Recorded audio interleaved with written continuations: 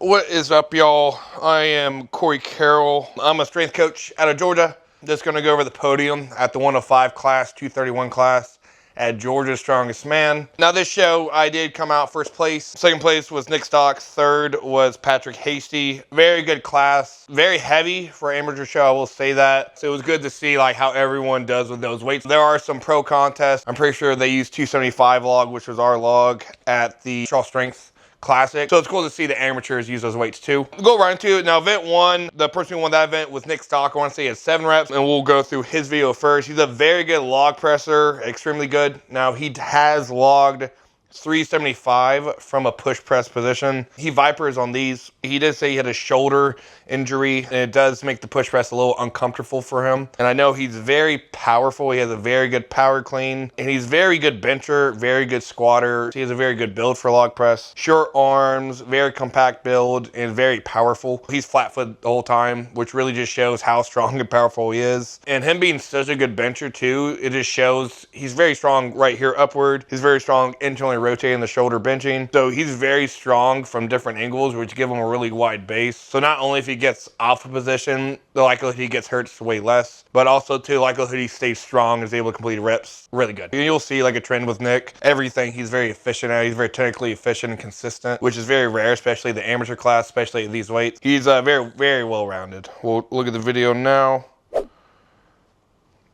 Yeah, as you can see, he just flies it up, flat-footed, just picks it up and throws it over his head. As you can see, it's very like second nature to him. He doesn't really need to think. He's just going through the movements. Now, I got second on this event. I had 5. All he had to do, or no, I had 4. All he had to do was 5 to win, and he did more than 5. He even used the full time either. He could have done more, which is very good. Very, very good. As you can see, he doesn't really have any leaks in his form. Now, it's hard to get triple extension on a Viper. You won't really ever see that. But you can see just mowing these out. Yeah, I'm trying to find something to talk about with him, but it's really not much. He's just able to rep it out very effectively. Now, when we go over my form and Patrick's form, will be a little bit different. Gets stuck on that last one, grinds it out. He's just very good at log. Now, I know in his training, he trained it very different, I guess you could say. He didn't do many rep out events. It was more time rest periods. EMOMs, 45-second rest, 2-minute rest times. And he just kind of compacted that period of time he was log pressing from like over like 4 or 5 minutes. I'm not 100% sure of the times and everything into a short time frame, which is a really good way to get very effective and consistent at a log press. Or, you know what I mean, log press is very skillful movement, so dividing up the repetitions instead of doing like one set, the likelihood the form fails later in the set's pretty high. So breaking it up makes a lot more sense. You're able to have a lot more effective reps with good form. Something like a bench you wouldn't really need that for. It's very easy to maintain form through a bench, especially with the stretch reflex. Props into stock on though, very strong at log press, very good event for him. We'll go over mine, which log presser, I do, I guess, dance around when I do a log press. But yeah, so I move around a lot. I do have a lot of holes in my log press. Not one of my better events. Now, on the log press, I was 4 to 6 reps, 4 on a bad day, 6 on a good day. I initially wanted to go for 8 many months back and then realized I'm not that strong, so I did not. But I did get 4, but I did have a lot of holes. So we'll kind of go through that. My hairline looks really bad in this, y'all. Very good clean on the first one. A little step back, and obviously I have fairly good adaptability because I've been... It's going to sound weird. I've been crappy at log press for a while, if that makes sense. I move around a lot, so I'm used to moving around a lot. So my adaptability when I get off my plane of motion, I'm able to move my feet. I'm able to move my elbows to a different pattern to finish the rep, which does, it saves me, because if I get off my groove, I'm fine. But if it was like, if I get off my groove, I'm not fine, my log would be incredibly bad. So on the first one, take a little step back, fine, go right into the press, right into the next clean. Boom, a lot more effective here. Clean was kind of messing up this prep, but it's looking good right here. Good. Now, one thing, just to the third rep, had a little stumble. As I go on, you can see the log. I don't get as good of an angle. It starts tilting more and more like that. And you'll see, like that was 3 reps. You'll see the next one. My clean gets worse and worse as I go on. I need to keep that angle on it. I would have definitely got that 5th one, at least in my mind, if I would have had that angle on the log in the initial pick. So you see, keep tilting and tilting more like that. It makes that clean a lot more harder to do. And I kind of got off my, I guess you could say, groove. All right, got that 3rd rep. 4th rep right here, clean. Didn't go as low. Obviously, that messed up my clean. I kind of like did it lazy, leaned over, and it made it a very hard clean, which a hard clean is going to lead into a hard press most of the time. Good press, get stuck. Yep, a little stuck right there. And this is where I heard Patrick say, take a break. I did take a break for about 1 second. And I went right into it. I definitely should have actually taken an actual break a little bit longer. I want to say that was about 30 seconds in. I got those four reps. I should definitely take a longer rest. But you live and you learn. Definitely just want to get back into it. I'm very vulnerable to my environment. So if it's a hype environment, I'm going to get overly hype a lot of times. On log press, I find that people need to stay a little bit, I don't want to say calmer, but not as hype because it's so skillful. The more hype you get, the likelihood your form goes to crap is a lot higher. So that was just on me. I mean, this is more of experience. Got to do it again. That's pretty much it. I get stuck right there. I try another time, not getting it, bag clean. That rest period, and see, I kind of passed out at the end there too.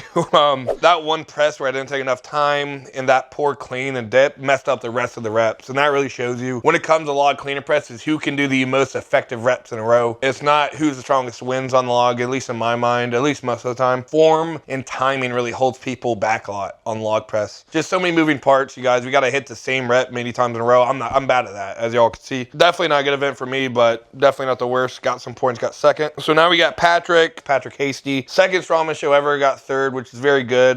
Very good placing. He's a good log presser, though. It's one of his better events. He just likes Viper, fits his body very well. Very similar to stock in terms of the build. Longer legs, but obviously he's a very good bencher. A little bit longer arms and legs than stock. He has good leverages for the log press itself. About 2 months before, we did hit a max log at this weight. And by the end of this prep, he was able to rep it out, which is very cool. And we'll just kind of see how this looks.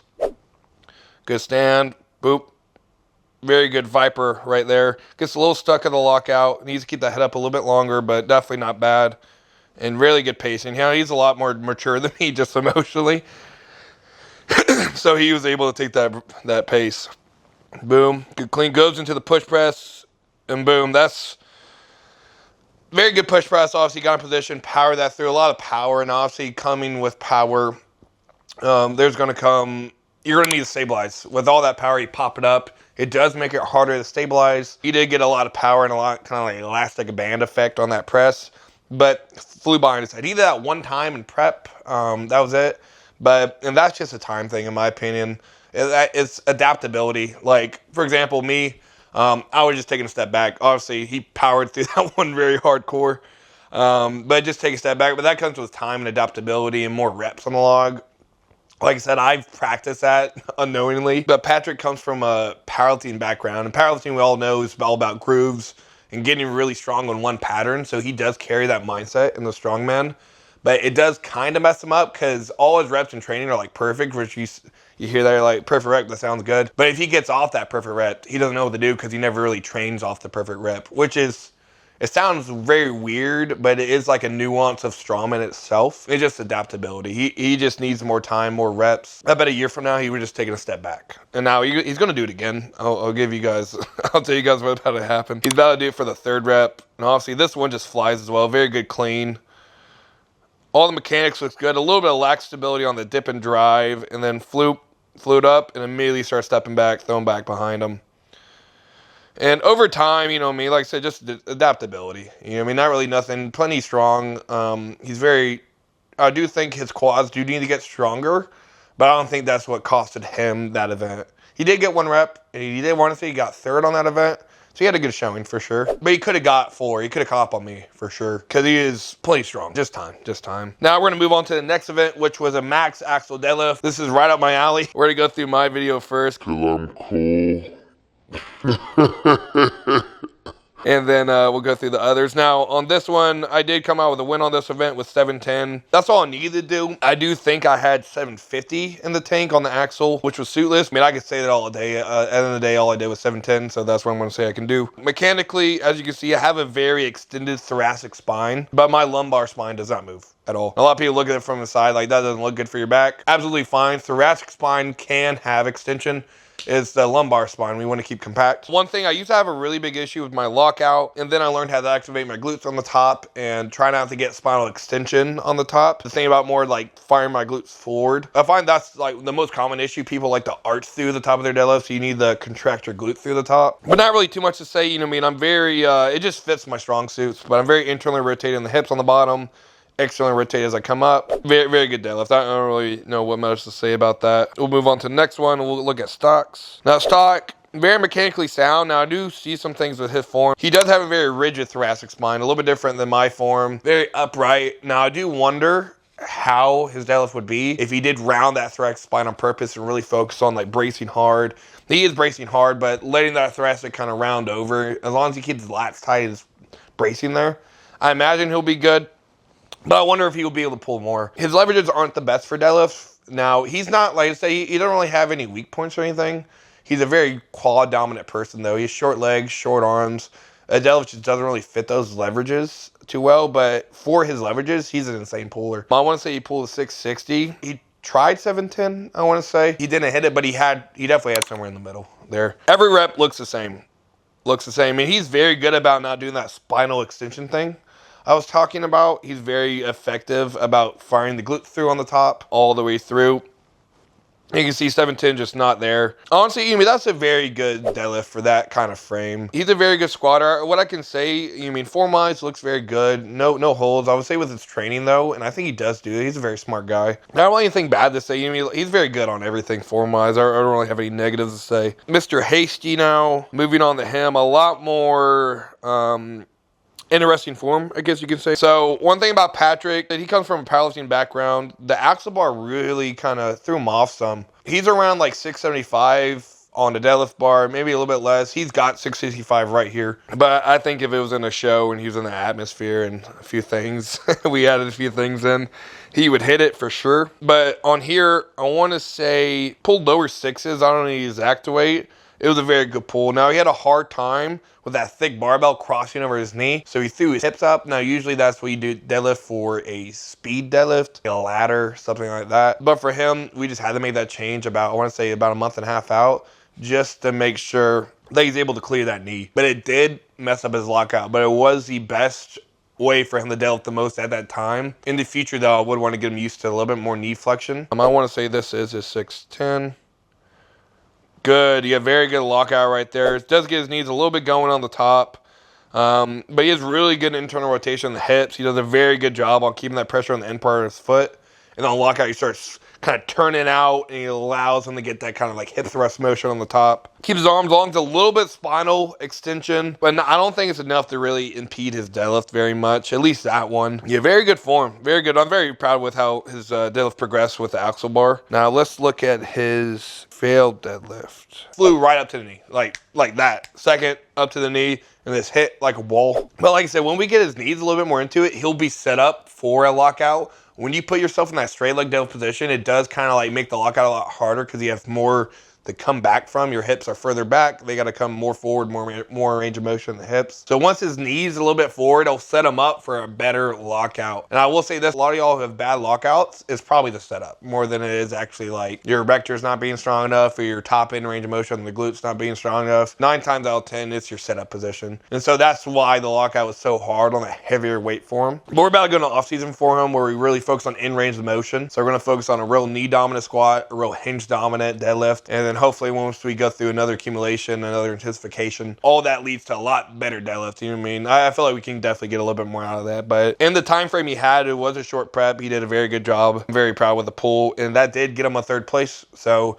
he's still right up there, holding up there. Right now, at this point, me and Stock are tied. Patrick's at 3rd, so close show. And I want to say the 3rd event is the yoke. Now, the yoke, I'll go over Mr. Stocks first. He is very efficient at the yoke, and you'll see when I show my video after his, kind of same thing as the log. He's very quick and effective, very straightforward. I'm a little bit everywhere with it, but we'll see how it is. And like I said, he has short legs. It's going to be a little bit harder event just because of that. He's not going to cover as much ground. Now, this was very short distance for the yoke. Very not common, so it was kind of like make sure you turn quick enough, and it was a ladder. They would add, I want to say 50 pounds. They started at like 550, 580, and added 50 pounds. It ended up being around 730 on the 4th one. He just repped it out from there. You see very short strides. He doesn't really get enough time to get long with the strides because the distance is so short. You see, he just turning around to the next one. When he stops, he doesn't look really like he's tired, to be honest with you. He is for sure, but his form's just that good, and he holds it that well. You're going again, still keeping that speed, maybe slowing down some, but he's just technically very efficient. He's an animal at this kind of stuff. Yeah, and that will be the trend the whole time. So he has to get through that last portion of that. Yeah, even on the very last one, like, he's not really, he goes through, he doesn't really have any stop and struggle. Only on the last one before that one did he really struggle and have to stop. But me and him just did tie on this event, but I will say he is better than me at yoke. But I got a little lucky. Now, I am quicker, obviously, I got longer legs, and speed's a little bit more up my alley, but my efficiency is just way off. Very quick on the start, just full sprinting, turning quick. I really practiced those turns, too. I had a lot of skill sessions. I thought it would be an important thing, but it ended up not being too important. But it is a quality that I did train. It's not really fatiguing to train yoke turns, so it's something I think everyone should have trained it. But it didn't really impede the rest of my training. As you can see, and that's where I kind of stepped on my knee weird. It hurt for like a month after. But you see, I'm losing a lot of stability. My bracing, my hips are flying everywhere. And that is something I struggle with. Now, yoke, I'm not really a big fan of doing a lot of yoke, so I didn't do too much. It does cause a lot of issues for me in my knees and my neck, too. My neck kind of gets busted up from it, even just from all the pressure and everything. So in my opinion, it's not really an event I really throw in until like a few weeks before the show. And you see I'm just wobbling around, trying to get to the very end there. Hard event. I started passing out, too, on this one. But yeah, so you can see the holes in mine, obviously, just not stable. I need to really work on more lighter yoke. Like I said, I don't do yoke often. I think that did hurt me a little bit here, just because I was so uneven. Now, I was having a lot of issues with my knee this prep, so I kind of didn't have the opportunity to do it more. I think in the future, I would implement a little bit more skill work with it, just to make sure I'm more efficient with it. I do incorporate a lot of skill sessions. Like I said, I worked on the turns, but I didn't really work on staying stable on my runs. So it's something I need to implement in the future. Me and Stock tied there. Hasty, I'm not really sure where he got, but we're going to go through this video. But he definitely didn't do bad on this event. I think his number one thing on this event, he just got gassed. He just kind of ran out of smoke there. Good stance, a lot wider than my feet. Now, Stock didn't have the widest feet. I had very narrow feet, though, and that really hurt me. He's very wide. He got a little uneven on that second one, but it happens. Like I said, he's a little bit newer, so stuff like that is only going to be ironed out through time. Losing speed, losing a little stability, but he's still pushing through it. You miss a heavy yoke. He's not used to that kind of weight on his back. So right here, I want to say that's the fourth run. He's really losing a lot of stability. He should have picked it up, wait a second until it's not swinging anymore, and then go, trying to make sure it doesn't swing. That's what really throws you off, is when it starts swinging everywhere. They are kind of just attached to a pole. They do swing some. Some swings more than others. We were using a Rogue one, which is a little bit better one, but they still swing.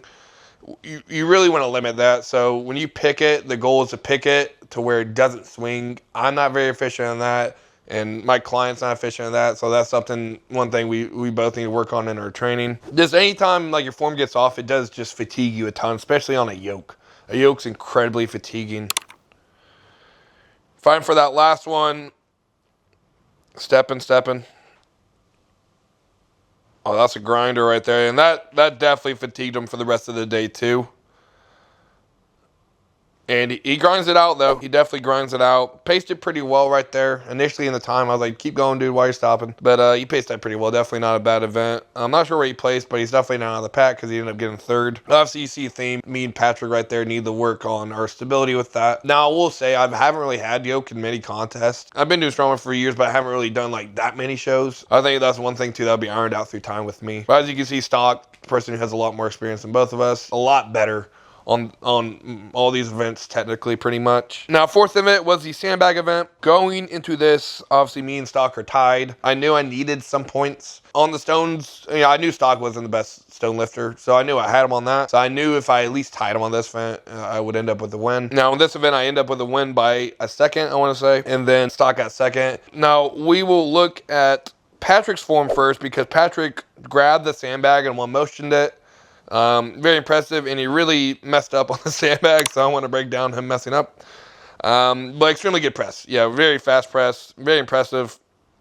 Now, he was talking about gripping the sides in training, and I was like, well, you got to be careful. Not all sandbags you can just grip and like just throw it over your head. Some of them don't have enough loose bag to grab. Like the ones we use in training, they're very thick and tight. They don't really have any room to grab. So I told them, like, think about that, be cautious of it. It was a Seaver's bag and it wasn't really filled all the way. So it was like the perfect time to use it. At least I don't think it was filled all the way. So you just throw it over his head, straight into the sandbag pick. Very quick pick, right into it.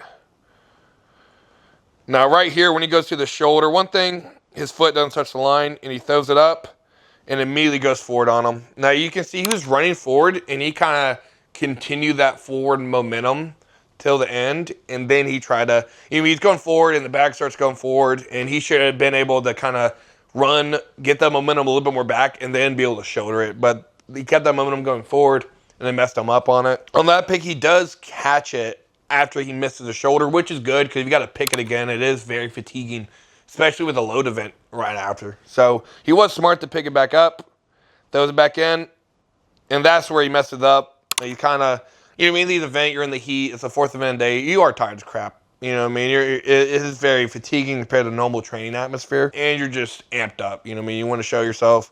And right then, the form kind of just went out. He stayed flat-footed on the shoulder. Like I said, lesson learned kind of thing, but he should have been a lot more explosive. He should have went into a front squat into kind of like, I would say front squat into a box jump.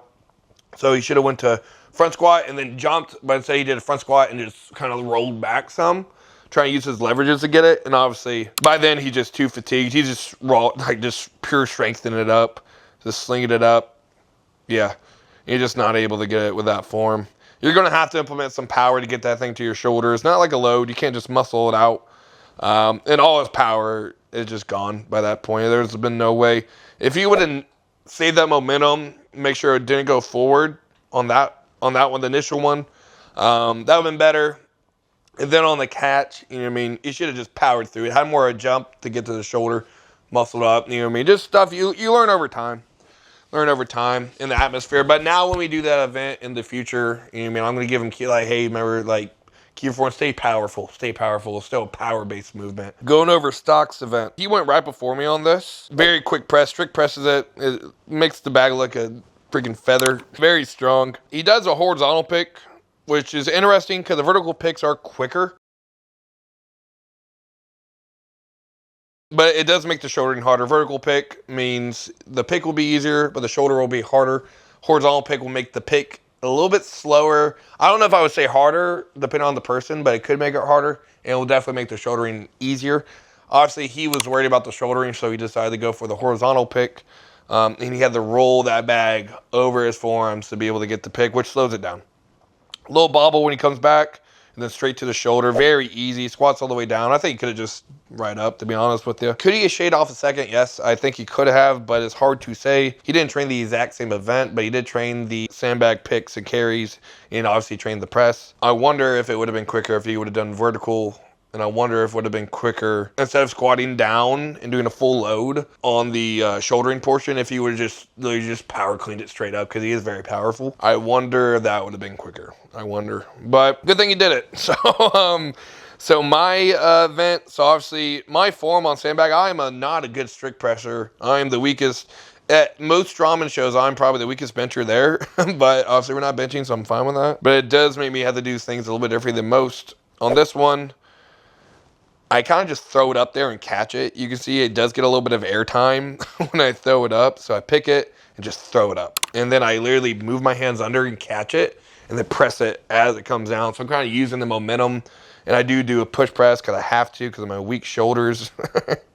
But and it's something I'm working on. But anyway, I got to use my power. Now I do a vertical pick, and I train the living crap out of this. And you see, I get the pick, double hand, throw it up, and I just readjust my right hand only. I don't readjust this left hand. But, and I'm telling you that now, I'm going to explain something else in a second. But pick, boom, and then go around to the carry. Obviously, quick on the carry, quick on the turn. Moving events are kind of my thing. And you see right there, halfway through moving back, I get a little hand readjustment. And that was because on the hand when I picked it, this hand got a little bit better grip. This hand did not. And I felt that on the way back. And I knew he had a really good time. Because the time he hit, it was like 15 and a half. Like high 15, something like that. And that's around what I was at training. So I knew I had to do something a little bit better. So on the way back, I felt the instability in this hand. So I literally just threw it up and grabbed it. and it's very small. I didn't do full load, so I didn't go all the way down like stock did. I literally just got right here and threw it up. Now, I'm a very good shoulderer, so I was fine doing the vertical pick, and I just did the face scraper. And that got me around like 14.5 seconds, which won the event. A very good event there. That was probably the most like technical one, just because it's a little bit more nuanced event. You don't really see that event all the time, but very cool event. Now, moving on to the load, we will do stock. Another weird thing he did, he did not do these stones in training, really, which is interesting. And he told me I was talking about it there. And very interesting, which makes sense. Like, there's beater events like yoke and stones. I'm very big on, like, you shouldn't do those events a ton because they impede all the other events, unless that's a weak point. For example, the yoke, I probably should have done a little bit more than I did, but that's a beater event, so that's why I did it less.